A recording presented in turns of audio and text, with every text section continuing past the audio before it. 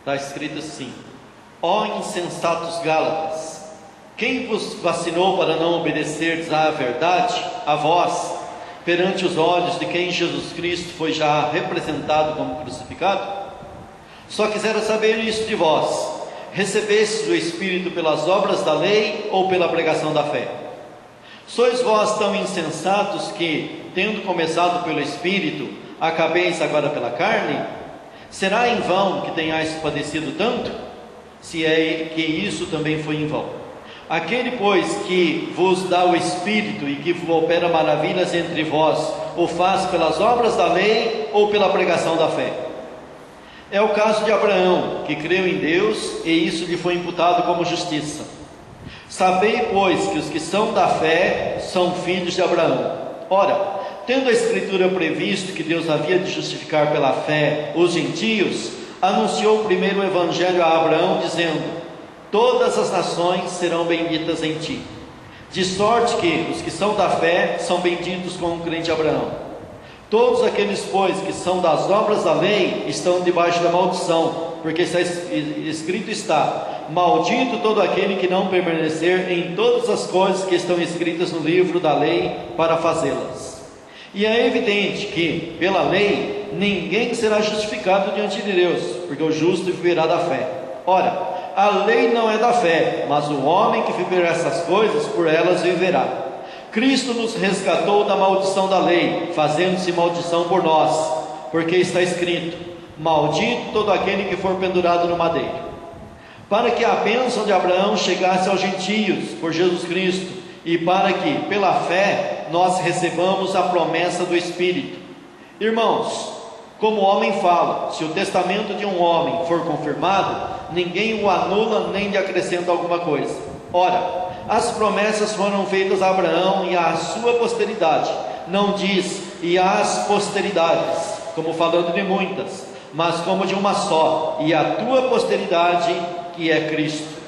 Mas digo isto, que tendo sido o testamento anteriormente confirmado por Deus, a lei, que veio 430 anos depois, não invalida de forma a abolir a promessa. Porque se a herança provém da lei, já não provém da promessa, mas Deus pela promessa a deu gratuitamente a Abraão. Logo, para que a lei foi ordenada por causa das transgressões, até que viesse a posteridade, a quem a promessa tinha sido feita, e foi posta pelos anjos na mão de um medianeiro. Ora, o medianeiro não é de um só, mas Deus é um. Logo, a lei é contra as promessas de Deus? De sorte nenhuma, porque se dada fosse uma lei que pudesse vivificar, a justiça, na verdade, teria sido pela lei. Mas a Escritura encerrou tudo debaixo do pecado, para que a promessa pela fé em Jesus Cristo fosse dada aos crentes. Amém? Os irmãos podem tomar assento.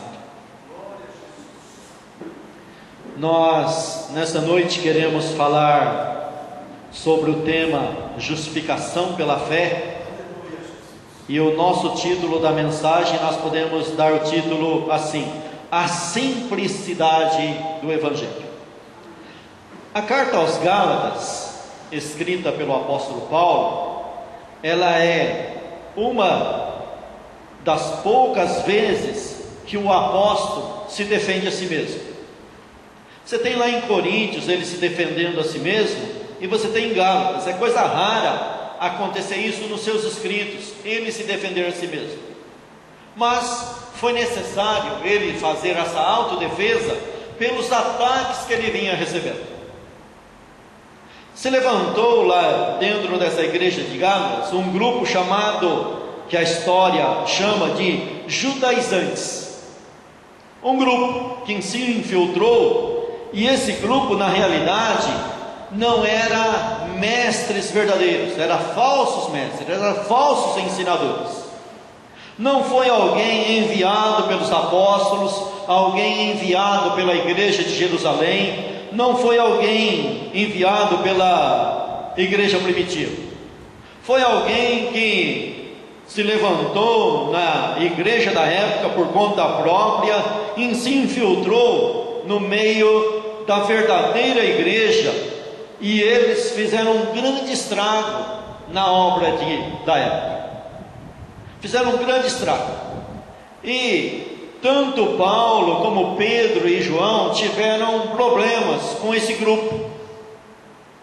Você sabe que uma coisa que traz um grande prejuízo para a igreja não é a perseguição física, o matar crente, o matar cristão, o perseguir, tomar os bens do cristão. Isso faziam, mas nada disso prejudicava a igreja, pelo contrário, a igreja crescia. Agora, a perseguição de pessoas que se faziam de crentes, era daninha, essa era terrível, trazia um grande prejuízo para a igreja.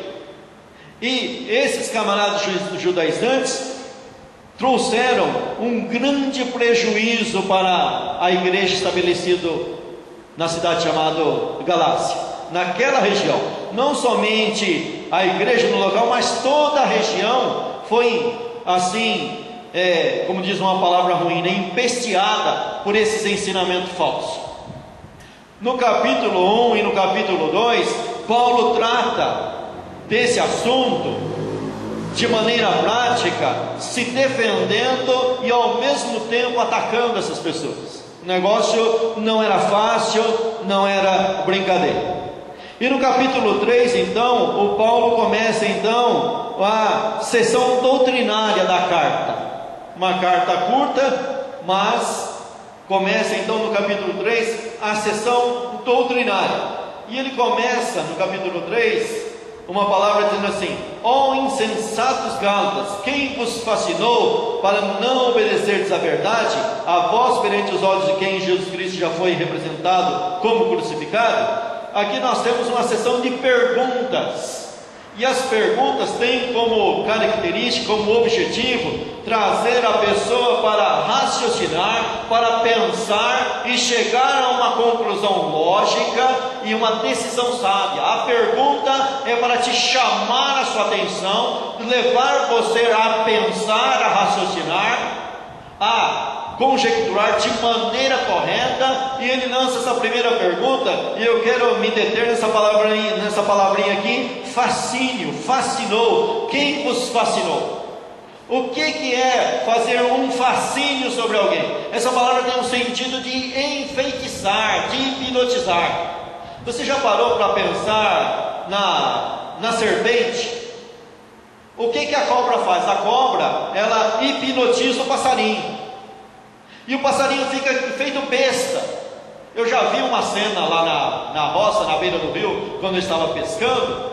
Uma cobra estava hipnotizando um passarinho, mas ele ficou bobinho, e veio piando, sabe, pulando devagarzinho. Ele não queria ir para o lado da serpente, mas aquela ação da serpente sobre ele obriga ele a vir quietinho, piando, até cair na boca da serpente.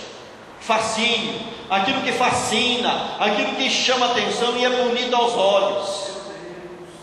Tem uma viagem no Velho Testamento, lá em Gênesis, e você vai ver o que a serpente fez com a mulher. De que maneira? Foi o visual que ela enganou a Eva. A Eva ficou olhando para aquela árvore, olhando para aquele fruto, e então se travou ali um diálogo, e se travou uma dúvida sobre a palavra. O diabo lançou uma dúvida sobre o mandamento, sobre a ordem de Deus. E ele não chega já desmentindo Deus na cara, ele chega fazendo uma pergunta: o que disse Deus aí? Ele chega fazendo uma afirmação: o que disse Deus aí? Olha. E a mulher caiu na conversa, entrou na conversa. Olha, cair na conversa do diabo é coisa fácil, hein? É por isso que os judaizantes estavam fazendo um grande estrago ali na obra. Quem vos fascinou? Quem que trouxe esse encantamento sobre vocês? A questão era o seguinte: os Gálatas, eles haviam recebido o Evangelho, haviam recebido a palavra, haviam aceitado a pregação, e estavam numa carreira cristã muito boa, mas agora surgiu no meio deles ensinadores que pareciam que eram, mas não eram, parecia que tinha, mas não tinha. Parecia que era alguma coisa, mas não era nada. E agora eles estavam fascinados por esse ensinamento, tão fascinados que eles estavam deixando a simplicidade do Evangelho e voltando para o Velho Testamento. Presta bem atenção. Eles estavam agora deixando a simplicidade que havia no Evangelho e voltando para os rituais do Velho Testamento. Aqueles judaizantes entraram no meio deles e começaram uma nova mensagem, uma nova pregação, dizendo para eles: olha, se vocês realmente quiserem ser salvos, vocês não podem somente confiar nesse Evangelho que Paulo pregou, nesse Evangelho que Paulo trouxe. Vocês não podem confiar somente nisso, e além do mais, ele nem é um verdadeiro apóstolo. Ele nem é um verdadeiro apóstolo enviado por Cristo. Lançaram várias dúvidas e começaram a ensinar que eles tinham que se voltar para alguns rituais do Velho Testamento. Você vai ver um pouco mais na frente da carta, Paulo falando assim: olha, eu me admiro de vocês agora, que vocês estão voltando para o velho rudimento, para as velhas doutrinas lá do passado. Agora vocês estão querendo se justificar guardando dias, meses e anos, se voltando a festas, se voltando a dias, meses e anos, querendo guardar dias, meses e anos. E tinha uma coisa: isso estava escrito no Velho Testamento, mas isso era a sombra das coisas futuras. Agora veio a graça, agora veio o Evangelho, nós não precisamos mais de rituais. Sabe qual é a questão em pauta aqui, a questão que está sendo debatida aqui nesse texto de Paulo? É o seguinte: Cristo fez uma obra perfeita na cruz do Calvário, te deu uma salvação perfeita, e a essa obra não pode ser acrescentado nada, não precisa ser acrescentado nada, não precisa de mais coisa nenhuma para a salvação. E o ensinamento dos judaizantes era o contrário a isso, era levar os gálatas a pensar que a obra de Cristo não era suficiente, que a obra de Cristo precisava de algo, de um complemento, de algo para complementar. E esse algo que eles ensinavam que precisava do complemento era a lei de Moisés. A obra de Cristo na cruz do Calvário não foi suficiente. Você, para ser salvo, você precisa da lei de Moisés. Só que a lei de Moisés que eles pegavam não era a parte moral da lei que nós temos obrigação de colocar em prática. Não era a parte moral, era a parte ritual. Começava com que ritual? Começava com um ritual chamado circuncisão, que era feito no homem, somente no indivíduo de sexo masculino que era feita a circuncisão. E eles começavam por aí e não paravam somente na circuncisão. Eles traziam os dias que deveriam ser guardados, as luas novas, aquelas festividades que a lei ordenava, aquelas ordenanças da lei. E Paulo, então, que era o apóstolo aos gentios, ele era totalmente contrário a isso. Por quê? Porque Cristo fez uma obra na cruz do Calvário que não precisa de coisa alguma para ajudar nessa obra. Bem pelo contrário, se quiser colocar alguma coisa junto com a obra de Cristo, vai estragar a obra, vai poluir a obra. Por isso que Jesus Cristo morreu sozinho na cruz do Calvário. Por isso que quando Pedro diz assim: olha, eu estou pronto para ir comigo, Jesus falou: não, você não. Você e nem ninguém está pronto para ir comigo. Sabe por quê? Isso é uma obra individual, sozinho, que eu tenho que fazer em favor do meu povo. Ninguém pode fazer junto comigo. Ninguém é capaz, ninguém tem capacidade, nem homem, nem anjo, nem arcanjo, nem querubim, nem serafim. Ninguém tem capacidade de fazer essa grande obra em favor do homem, em favor da humanidade. E agora, os gálatas estavam sendo hipnotizados. Você sabe que os gálatas tinham um defeito grande. Eles receberam o Evangelho de uma maneira muito fácil, mas eles recebiam outras mensagens da mesma maneira. Sabe aquele camarada que você vai pregar para ele, ele fala assim: olha, eu não sou contra quem fala de Deus, eu abraço tudo, mas isso não é o certo. O camarada que abraça tudo, no fim não abraça nada. Tem que saber selecionar, tem que ser seletivo, tem que colocar as coisas em prova, tem que seguir o conselho de João lá na sua carta, ó, não creiais a todo Espírito, mas provai se os Espíritos vêm de Deus. Você sabe que nós pentecostais, nós somos cada dia atacados por novas mensagens, novas doutrinas, e vamos atrás de balela, de conversa furada, coisas que não são bíblicas. Cada época surge no nosso arraial, uma nova doutrina. Cada época vem um modismo. Uma época é dente de ouro, aquele lá é poderoso, você vai lá que você recebe dente de ouro. Cada dia surge uma moda. Cada dia vem um vento de doutrina. E o pentecostal vai indo. Ele não quer saber, o negócio é dar 2 pulos e 3 gritos e está tudo certo. Se está dando 2 pulos e 3 gritos, é de Deus.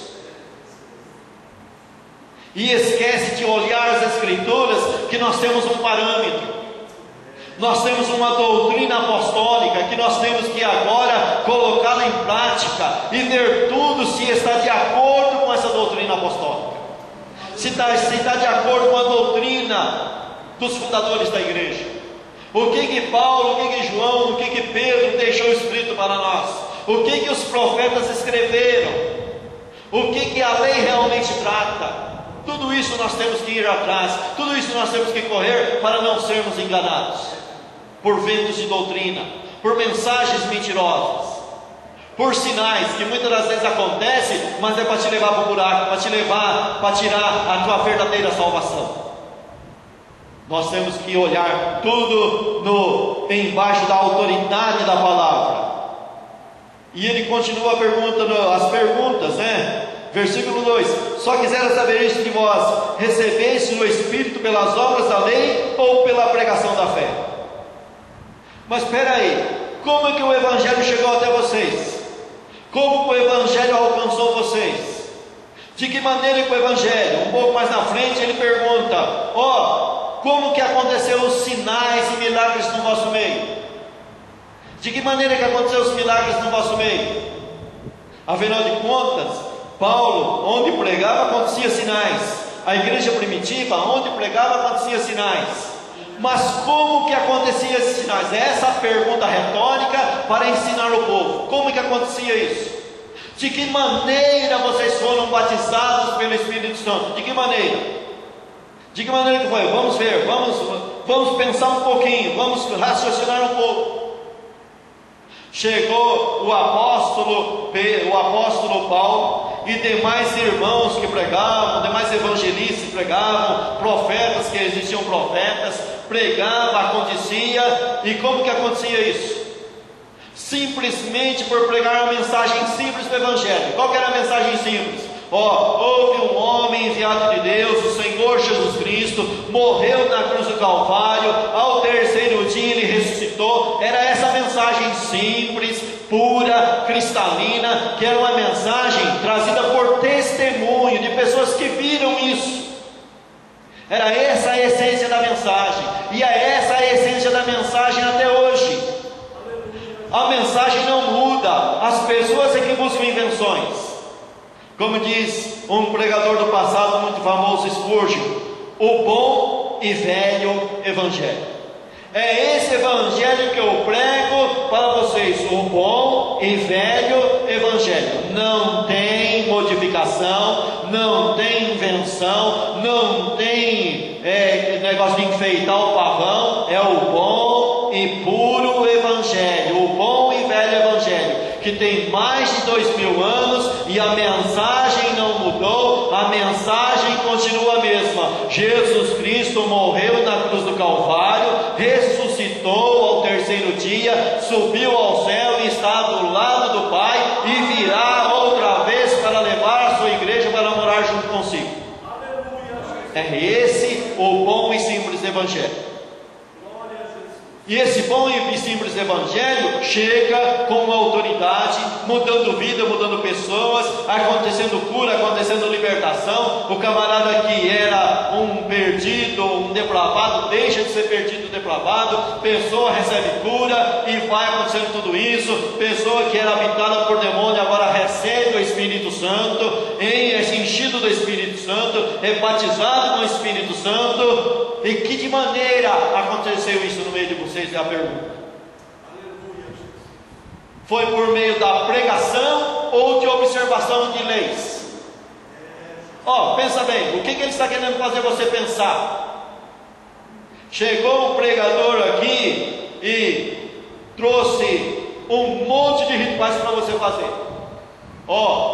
Tem o dia tal, você vai purificar 3 dias. 3 dias você vai jejuar, orar, vai vestir um determinado tipo de roupa, vai andar com uma coisa, você vai se lavar assim, você vai tomar banho assim, você vai ter isso, ter aquilo, e os rituais que tinha na lei. Foi assim que eles chegaram e pregaram o Evangelho para vocês? Ou não? Os apóstolos não fizeram nada disso. Chegaram, pregaram o Evangelho simples e a gente aceitou. Então, e agora por que vocês estão querendo mudar? Mas como que aconteceu a cura no meio de vocês? Ele chegou aqui e mandou vocês fazerem um monte de rituais depois de receber a cura? Como que aconteceu o batismo com o Espírito Santo? Ele ensinou um monte de ritual e depois recebeu o Espírito Santo? Não. Vamos voltar lá em Atos dos Apóstolos, na casa de Cornélio, quando Pedro foi pregar na casa de Cornélio, e ele foi pregar contra gosto, porque ele era um observador da lei antiga, e na lei antiga o camarada judeu não podia entrar na casa do gentio, e muito menos comer com ele na mesma mesa. Existia um ritual que separava o gentio do judeu, e a própria lei fazia essa separação. E precisou Pedro ter uma visão do céu para poder se colocar a caminho. E quando ele estava lá na casa de Cornélio pregando, de que maneira que aquele povo foi cheio do Espírito Santo? Pedro não terminou o seu sermão, porque o povo foi batizado com o Espírito Santo. O povo estava ouvindo a palavra, que era uma mensagem simples, que era uma mensagem baseada no testemunho do que Pedro viu. E ele não conseguiu terminar a mensagem, e o povo foi cheio do Espírito Santo. Aí vem a pergunta: de que maneira vocês foram cheios do Espírito Santo? A gente não fez nada, a gente não jejuou, a gente não seguiu ritual nenhum. Única coisa é que nós ouvimos a palavra e o Espírito Santo desceu sobre a gente. Quando a gente viu, estava cheio do Espírito Santo. Não pediu, não sabia, não tinha conhecimento nenhum e foram cheios do Espírito Santo. Você sabe que nós, os pentecostais, nós colocamos regra para as pessoas receberem o Espírito Santo? Nós enchemos de regra pessoas para receber o Espírito Santo, e a única regra que a Bíblia dá se chama fé. Fé em que? Fé na palavra, fé no testemunho, fé na palavra simples e pura. E nós enchemos as pessoas de regras para receber o Espírito Santo, e uma coisa tão simples, que se resume na palavra fé. A partir do momento que a pessoa acredita, ele já está com o coração aberto para receber o Espírito Santo. E a gente complica as coisas, e a gente traz tanta coisa, e fala que a pessoa e a mulher não pode rapar a perna, ou agora pode, e vai inventando tantas doutrinas humanas que não tem nada a ver, que não está escrito, e inventamos regra sobre regra, regra sobre regra. E quanto mais regras inventamos, mais pecadores nós nos tornamos, porque nós somos os primeiros a ir contra a regra que nós colocamos. Eu lembro que uma vez, numa reunião de obreiros, o presbítero Sérgio falou assim: olha, os camaradas estavam querendo inventar um monte de regra lá. E o presbítero Sérgio falou assim: olha, a gente tem que ter muito cuidado nesse negócio de baixar lei. Porque a gente vai baixando lei, e daqui a um pouco a gente mesmo está preso na lei que a gente baixou. Daqui a um pouco nós mesmos estamos transgredindo a lei que nós brigamos para colocar. E a gente inventa lei, e não obedece lei nenhuma. quando a Bíblia diz para nós que o caminho de entrada no céu é a fé. A porta de entrada no céu é a fé. É por essa fé que nós devemos entrar. E ele continua com as perguntas: sois vós tão insensatos que, tendo começado pelo Espírito, acabeis agora pela carne? Vocês começaram a obra pelo Espírito, acreditando, receberam o batismo pelo Espírito Santo, aconteceu cura, e agora de repente vocês falam, vocês estão assim: não, mas está faltando alguma coisa para a gente tem que colocar alguma coisa, porque isso é pouco. Isso é pouco. Não, vocês não precisam acrescentar nada. Na palavra de Deus não se deve ser tirado e muito menos acrescentado. E o homem acrescenta e tira. O que Jesus Cristo falou para os fariseus da época? Olha, vocês invalidam o mandamento de Deus pelas vossas tradições. Vocês pegam a palavra de Deus, invalidam o mandamento e colocam no lugar do mandamento palavras que Deus não mandou. Nós somos mestres para fazer isso e não devemos fazer isso. E aí ele continua: será em vão que tenhais padecido tanto? Por que ele está fazendo essa pergunta? É porque os camaradas se converteram embaixo de perseguição. Eles aceitaram o Evangelho embaixo de perseguição. E não é diferente comigo e com você. Quem vem com o Evangelho de verdade sofre perseguição desde o começo. Rapaz, é você colocar o pé na igreja com um coração sincero e aceitar Jesus Cristo, no outro dia você está sendo perseguido. Eu lembro, e faz tempo, hein? Faz muito tempo, eu era jovem, né? Faz muito tempo. E eu comecei na igreja, de repente eu me vi com tanta perseguição que eu parei assim e pensei assim: mas meu Deus, isso não acontecia nada disso comigo antes de ir para a igreja. Aí eu comecei, só que tinha uma coisa: eu já li a Bíblia antes de ir para a igreja. E eu comecei a ler a Bíblia, e eu li um versículo lá que dizia assim: olha, aquele que cava uma cova cai nela. E eu me agarrei a essa palavra: aquele que cava uma cova cai nela. Rapaz, os meus perseguidores foram todos caindo um a um, não ficou um em pé. E a gente sofre. Olha, aqui no Brasil diz que não tem perseguição. Lógico, não tem perseguição aí de matar e cortar no seu pescoço, mas é bíblico. Todo aquele que vem a Cristo, que quiser viver em Cristo piamente, vai ter perseguição, vai sofrer perseguição. E é assim desde que você abraça o Evangelho. E você abraça o Evangelho naquela simplicidade, e os galos abraçaram o Evangelho naquela simplicidade. E agora Paulo está fazendo uma pergunta: mas será que foi em vão tanto sofrimento? Será que foi em vão? Irmãos e irmãs, 30 anos de sofrimento, será que foi em vão? Agora vocês vão abraçar um monte de doutrina que não está no Evangelho? Será que foi em vão tanto sofrer? Olha, você sofreu até agora, continua sofrendo com o Evangelho simples. Não abandona o Evangelho simples, não. Continua sofrendo com ele. Será que o sofrimento foi em vão? Será que não te trouxe experiência nenhuma para continuar andando com Cristo? Será que os teus anos de sofrimento em defesa da fé não valeu de nada? É isso que o apóstolo está chamando a atenção.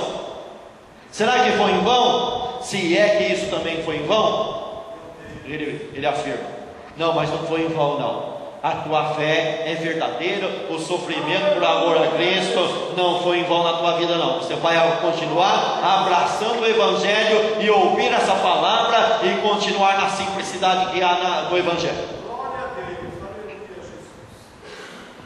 Versículo 6: é o caso de Abraão, que creu em Deus e isso lhe foi imputado como justiça. Olha só, agora Paulo, ele vai lá no Velho Testamento e pegar ensinamentos lá do Velho Testamento. Não, ele não está contra o Velho Testamento. O Velho Testamento está cheio de ensinamento para nós, mas o que nós temos que pegar e colocar é o ensinamento no lugar certo, é as coisas no lugar certo. Os judaizantes estavam pegando coisa da lei que nós não devemos mais praticá-la, porque Cristo já morreu por nós. Agora tem coisa do Velho Testamento que é ensinamento para nós, e Paulo pega um, que é o caso de Abraão, e ele leva então os seus leitores agora para o Velho Testamento, a meditar no caso de Abraão. Como que Abraão recebeu a promessa?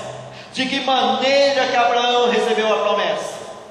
Estando na lei ou antes da lei? A questão aqui é a lei. O que está em debate aqui é a lei. Abraão foi justificado pela lei ou foi justificado pela promessa? Foi justificado pela lei ou foi justificado pela fé? É essa a questão. Então vamos voltar lá em Abraão. Como que Abraão recebeu a promessa? Primeiro, a primeira vez que Deus fez a promessa para ele, ele não era circuncidado. Ele foi circuncidado já lá mais no final. Ele recebeu a promessa antes da circuncisão. A questão dos judaizantes é que eles ensinavam que se o gentio não fosse circuncidado, ele não tinha salvação por completo. E Paulo então agora diz assim: olha, como que Abraão recebeu a promessa? Na circuncisão ou na incircuncisão? E ele dá a resposta: na incircuncisão. Abraão não era circuncidado. Existia lei para Abraão? Não, a lei veio 430 anos depois.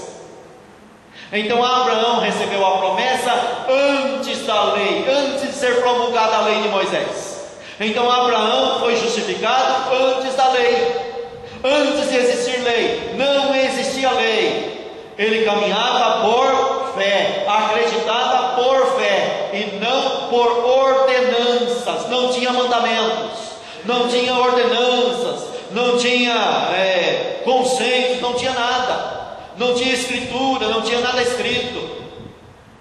Era apenas uma conversa de Deus com ele acreditou nessa conversa, e está escrito que ao acreditar, ele foi justificado. Então é justificado por fé.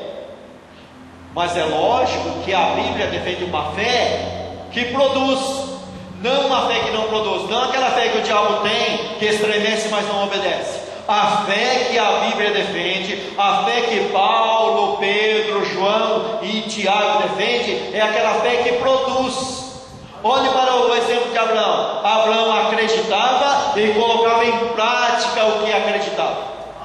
Deus falou para ele: ó, sai da tua terra e da tua parentela, e ele automaticamente obedeceu. E vai para uma terra que eu te mostrarei. Olha, a fé te leva à obediência sem saber do plano total. Sem saber do plano total. Isso no caso de Abraão.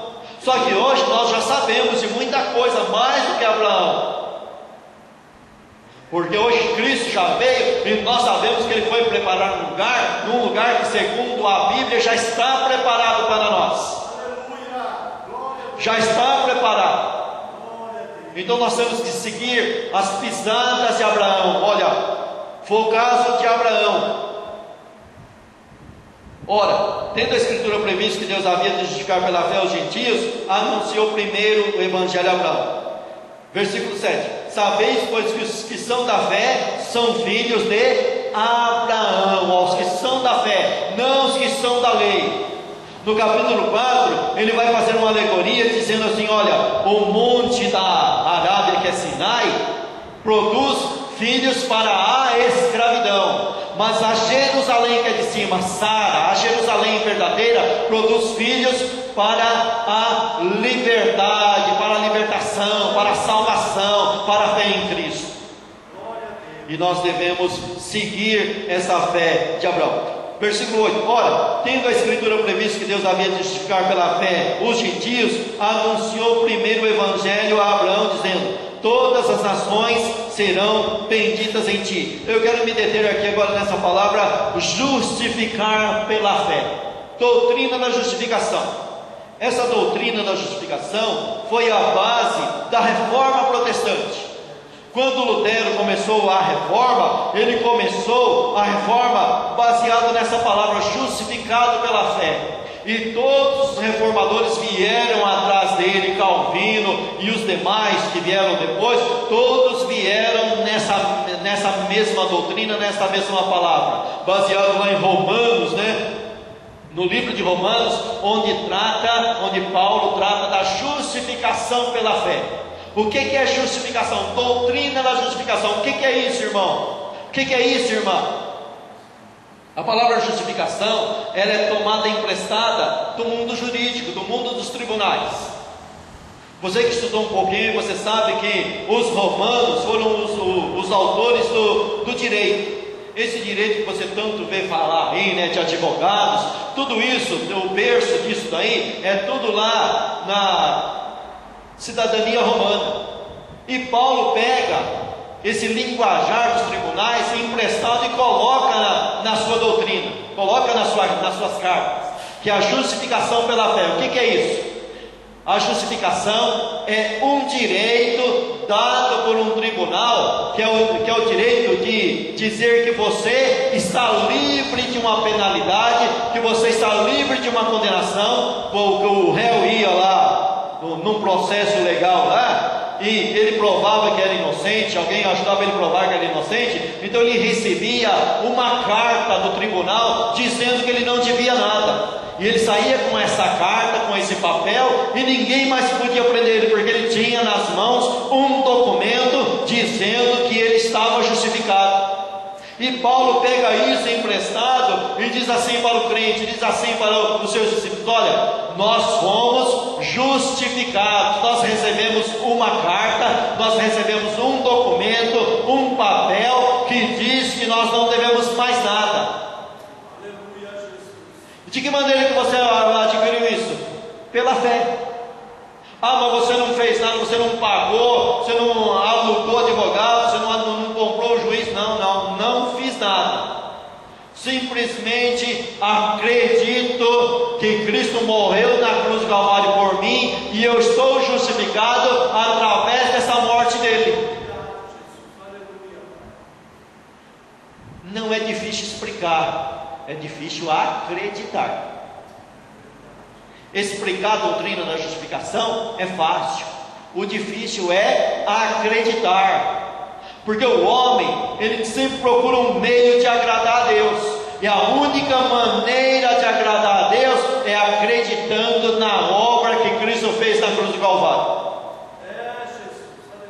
Indo lá no Evangelho de João, os camaradas que viviam rodeando Cristo lá, mais para matar ele, para prender ele, para apedrejar ele do que porque acreditavam nele, fizeram uma pergunta para ele assim: olha, mestre, o que devemos fazer para executar as obras de Deus? O interessante lá é que o apóstolo João coloca no plural, a pergunta é no plural. O que nós devemos fazer para executar as obras, plural, e Cristo responde no singular. Cristo dá a resposta: ó, a obra de Deus é que vocês acreditem naquele que Ele enviou. Eles fazem a pergunta no plural: ó, dá um caminhão de obra aí para a gente fazer, um montão de obra. E a resposta vem no singular: acredita naquele que Ele enviou e a obra de Deus está feita. Eles fizeram nada. Eles fizeram foi querer apedrejar Cristo. Sabe o que é? O velho homem quer arrumar um meio de chegar no céu e bater no peito e dizer: eu vim para cá porque eu mereço, porque eu sou o cara, porque eu sou diferente de todo mundo. Eu sou, o meu braço me salvou. Rapaz, o velho homem é doido para gritar isso, é maluco para gritar isso. É por isso que o Evangelho não faz efeito na maioria das pessoas, porque o Evangelho não dá lugar para o orgulho humano. O Evangelho chega no velho homem e diz: ó, fica quietinho aí, que você não tem que fazer nada, porque o que você fazer não presta para nada. É igual Isaías falou: ó, as nossas obras são como trapo de imundícia. As nossas obras de justiça não presta para nada, não serve para nada, só para ser jogado no lixo e queimado. Mas a obra de Cristo é perfeita. Agarra essa obra, pega essa obra, se segura nessa obra, porque essa é a verdadeira obra.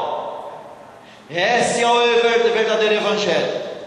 E esse Evangelho foi anunciado a Abraão, dizendo: olha, em ti serão benditas todas as nações. De que maneira? Da maneira de um camarada que vai nascer da tua parentela. Quem é esse camarada? Jesus Cristo. Você vai andar na fé, o teu povo vai ser perseguido, vão perseguir o teu povo, depois vai vir a lei, vai ser dada a lei, e vai nascer sobre a lei, embaixo da lei, um camarada que vai fazer a obra perfeita e vai abençoar todas as nações da terra. Então, de todos os povos, todas as nações, todos os lugares, tem gente salva. São 100% salvos? Não. Tem um grupo escolhido. De cada nação tem um grupo escolhido, salvo, remido e lavado no sangue de Jesus Cristo, que vai morar no céu. Por quê? Porque são bonzinhos? Não, por causa da promessa. Você sabe que a promessa só se cumpre porque Deus fala e garante que fala? Olhe para o povo de Israel. O que esse povo fez para a promessa ser verdadeira? Deus olhou para o povo e falou assim: olha, eu sei que vocês estão de dura serviço, eu sei que vocês não prestam, mas eu vou fazer a obra no vosso meio. Sabe por quê? Por amor à minha palavra. Isso daí é um golpe no velho homem. Ó, eu vou continuar fazendo a obra, não é por causa do povo de Israel e nem por causa da igreja, é por causa da minha palavra. Olhe para o povo de Israel, desviado. Olha para a igreja. Está aí, a igreja cristã do primeiro século, você conhece aí, católica, apostólica, romana. Fez pior que o povo de Israel ou não fez? Aí veio o protestante. Olha para a história dos protestantes. Aí veio os pentecostais. Olha para a história dos pentecostais. A palavra se cumpre? Se cumpre, sabe por quê? Porque Deus, pela sua palavra, vai lá cumprir. Não é por causa de Israel, não é por causa da igreja, não é por causa dos protestantes, não é por causa dos pentecostais, é por causa da palavra. É a promessa de Deus que está em pé. Todo homem cai, todo homem é errado, mas a palavra permanece fiel. E Deus fez com que o povo de Israel existisse como nação, nascesse Cristo, e Cristo nascesse e viesse, e a igreja viveu um período bom, mas caiu também, e a palavra continua até hoje, e Jesus Cristo vai voltar e levar um povo por causa da sua promessa. Aí o apóstolo aqui lança uma discussão. Ele se aprofunda na discussão entre a lei e graça.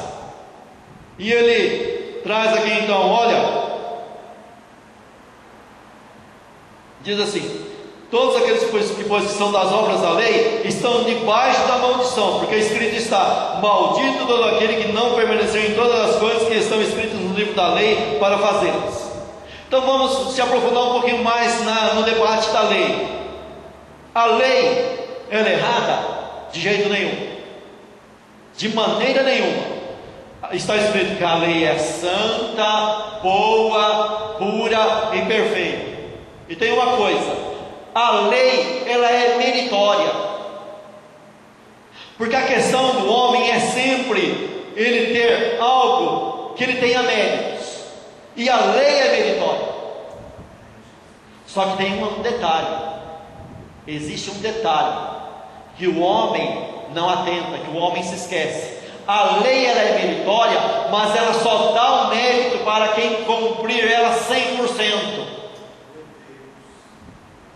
Aí Paulo diz assim, ó: a lei é santa, justa e boa, mas eu sou carnal, vendido sob o pecado. Sob o que é? Embaixo do pecado.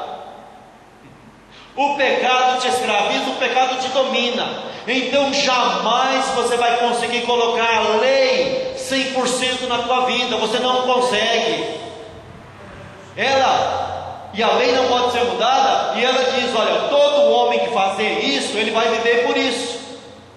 Só que o homem não consegue cumprir os requisitos da lei, porque em alguma coisa ele falha.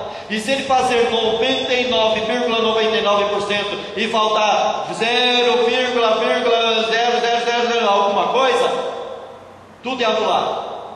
Porque a lei, ela exige 100%. Cometeu um erro, tudo que você fez certo vai por água abaixo, está contaminado, não serve mais. Sabe por quê? Porque Deus é santo, santo, santo, e diante dele não pode aparecer uma vírgula de pecado. Então não tem jeito de ser justificado por essa lei. A lei te dá, mas não, a lei te exige, mas não te dá condições de você colocar ela em prática. Ela não te dá como. Você é vendido sob o pecado, você é dominado pelo pecado, e você não consegue colocar a 100%. Porque se fosse possível, então ele diz assim, então seria pela lei.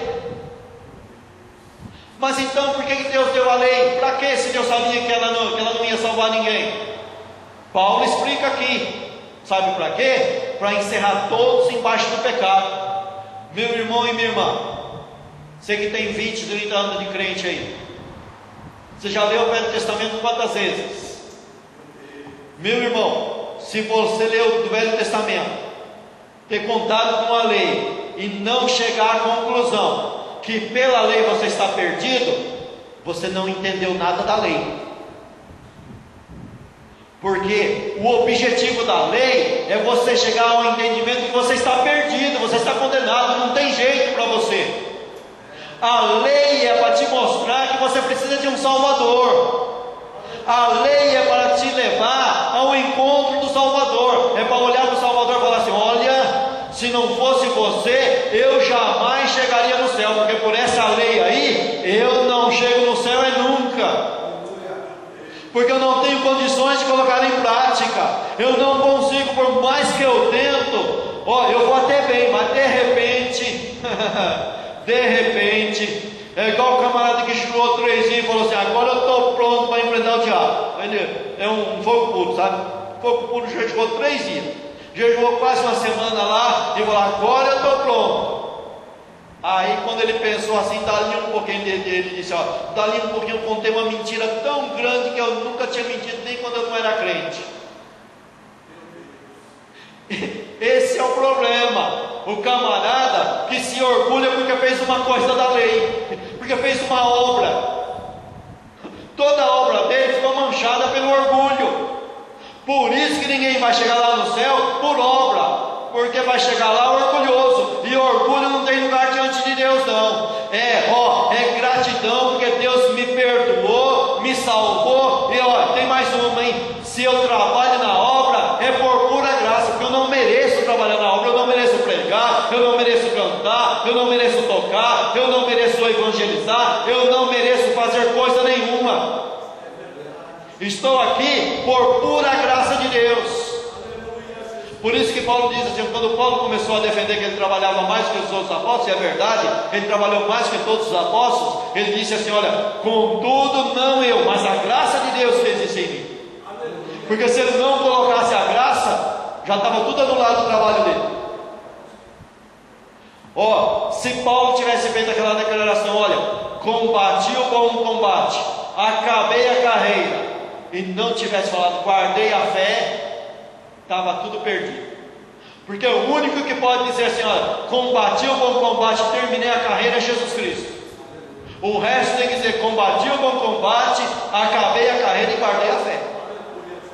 Agora Jesus não, Jesus pode orar, Jesus lá na oração sacerdotal, pode orar com propriedade e ser aceito diante de Deus. Ele disse assim: olha, tendo me dado uma obra, eu a consumi, agora me glorifica com aquela glória que eu tinha contigo antes da fundação do mundo. Jesus Cristo pode dizer isso, e não precisa falar da fé, sabe por quê? Porque Ele é o autor da fé, Ele é o dono da fé. Ele pode dizer: ó, Senhor, me glorifica, porque o Senhor me deu uma obra e eu cumpri essa obra. E nós temos que dizer assim: olha, Senhor, o Senhor me deu a obra, eu fiz, acabei a carreira e guardei a fé, porque sem a fé eu estou perdido. Sem a fé eu não tenho nada. Sem a fé eu não sou nada. Então, a lei, meus irmãos, ela é meritória. Ela estabelece as coisas por mérito. Nós somos pecadores, não conseguimos fazer as coisas. Então nós temos que entender o que está escrito aqui no versículo 22. Mas a Escritura encerrou tudo debaixo do pecado. Está todo mundo nivelado, mas não nivelado por cima, nivelado por baixo. Todo mundo igualzinho: judeu, gentio, sacerdote, não sacerdote, pastor, discípulo, profeta, discípulo. Está todo mundo nivelado por baixo. A lei encerra tudo debaixo do pecado, para que todos necessitem da graça de Deus, para que todos venham, se dobrem o joelho e falem: Senhor, obrigado pela salvação. Ninguém vai ficar lá em pé lá e bater no peito: eu estou aqui porque eu fiz. Não, eu estou aqui porque Jesus teve misericórdia de mim, me perdoou gratuitamente, me deu o perdão de maneira gratuita. Então a lei, ela tem que ser cumprida. Sim, ela tem que ser cumprida. E o que Cristo faz? A lei estabelece uma coisa e ela não pode ser mudada. Ela não pode ser mudada. Ela é dada para o mundo inteiro e ela não é anulada. Ela não é anulada. Então quando a lei diz assim: olha, maldito todo aquele que não permanecer, todos nós somos malditos pela lei. A lei coloca todos embaixo de maldição. Não tem conversa. Maldito todo aquele: mas eu não conheci, não me ensinaram. É maldito do mesmo jeito. Não conheceu o problema de quem não conheceu. Se chega lá diante do juiz e falar: ninguém me ensinou que eu não podia matar, é preso do mesmo jeito. Não tem conversa. Ignorância não é desculpa para nada. Então a lei exige isso daí. E o que Cristo faz? Porque a lei não pode ser mudada. Então ele se torna maldição em nosso lugar. A lei não é mudada, a lei é executada e é feita. Cristo, é o que está escrito aqui, Cristo se fez maldição por nós, porque está escrito lá em Deuteronômio: maldito todo aquele que for pendurado no madeiro. Jesus Cristo não pecou, cumpriu a lei 100% e foi lá e se fez maldição no nosso lugar. Por quê? Porque a lei não pode ser mudada. Quando Deus nos perdoa, Ele nos perdoa porque a lei, a sua santa lei, foi cumprida. Jesus cumpriu ela no nosso lugar. Aí você vai para a doutrina da substituição, aí você vai para a doutrina da adoção, tudo isso realizado no Senhor Jesus Cristo. Que Deus te abençoe e te guarde, amém?